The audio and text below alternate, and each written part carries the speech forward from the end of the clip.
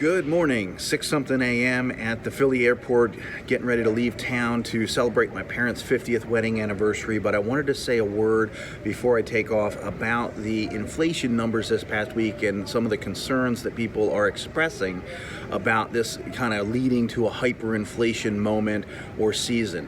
We do have higher than normal inflation numbers, but I think it's caused by a series of factors that are kind of coming together in this moment, and I think a lot of these factors begin to subside.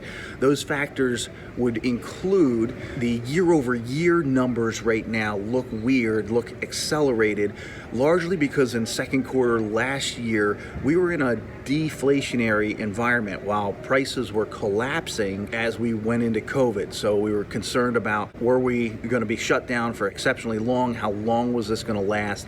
Remember the fear of a year ago. So we're actually in a deflationary cycle in the second quarter last year. So the year-over-year numbers look accelerated to the upside now, first of all. Second of all, the materials, basic materials, natural resource producers that put out things like lumber, things like raw materials, those organizations have been doing this for 150 years, and they know when a crisis occurs, GDP drops, GDP pulls back, and it usually takes 3 to 5 years for GDP to get back, therefore full demand, to get back to where it was pre-crisis.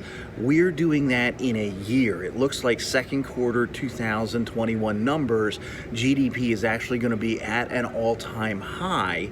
And so we've responded in a true V-shaped recovery economically at this stage, which is great. That's why the stock market's recovered the way it has.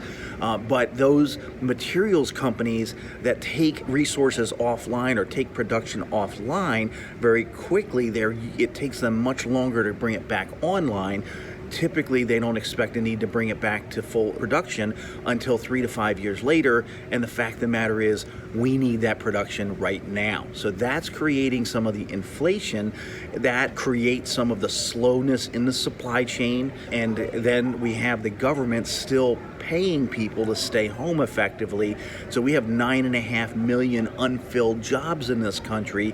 And so companies are starving for workers. Side note, if you know anybody down the Jersey Shore that needs a job, have them reach out to me. We have 4 locations that all need additional staff this summer. So, but that as an aside, we are excited to see these numbers probably start to mitigate in the second half of the year. We think they'll probably peak in the summer months, start to mitigate. The year-over-year numbers won't be so exacerbated by the second half of the year. As always, here at Visionary Wealth Management, we're always here with perspective for the decisions ahead. Please don't hesitate to reach out anytime. Have a great week.